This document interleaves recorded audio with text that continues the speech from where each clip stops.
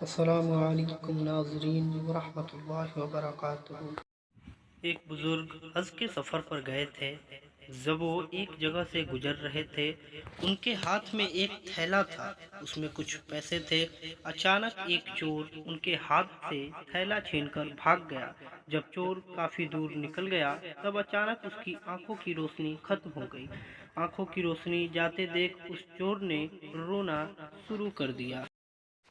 جب لوگوں نے چور سے پوچھا، بھائی کیا ہوا، تو وہ کہنے لگا، میں نے ایک آدمی کا تھیلا چھینا ہے، وہ کوئی بڑا اللہ کا قریبی بندہ لگتا ہے، میری آنکھوں کی روشنی چلی گئی، خدا کے لیے مجھے اس کے پاس پہنچا دو تاکہ میں اس سے معافی مانگ سکوں۔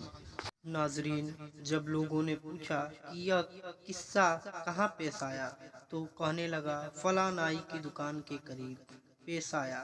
لوگ اس کو اس دکان پر لے گئے اور نائی سے پوچھا کہ اس طرح کا کوئی آدمی یہاں سے گزرا ہے، آپ اسے جانتے ہو؟ اس نے کہا، مجھے اس کا گھر تو پتہ نہیں، ہاں مگر نماز کے لیے وہ آتے جاتے رہتے ہیں، اگلی نماز کے لیے پھر آئیں گے۔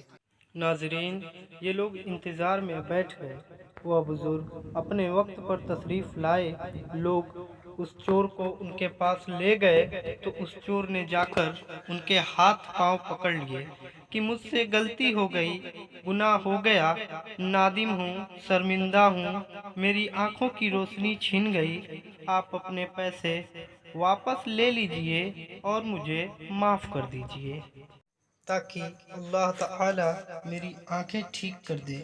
وہ بزرگ کہنے لگے کہ میں نے تو تجھے پہلے ہی معاف کر دیا ہے۔ یہ سن کر چور بڑا حیران ہوا، کہنے لگا، حضرت میں تو آپ کا تھیلا چھین کر بھاگا اور آپ کہتے ہیں کہ معافی مانگنے سے پہلے ہی معاف فرما دیا۔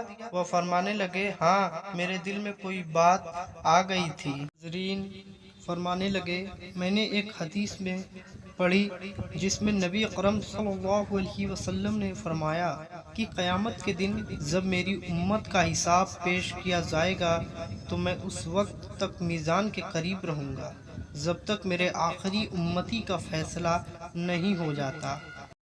میرے دل میں یہ بات آئی کہ اگر میں نے اس چور کو معاف نہیں کیا تو قیامت کے دن یہ مقدمہ پیش ہوگا، اور جتنی دیر میرے مقدمے کا فیصلہ ہونے میں لگے گی، اللہ کے نبی علیہ السلام کو اتنی دیر جنت سے باہر رہنا پڑے گا۔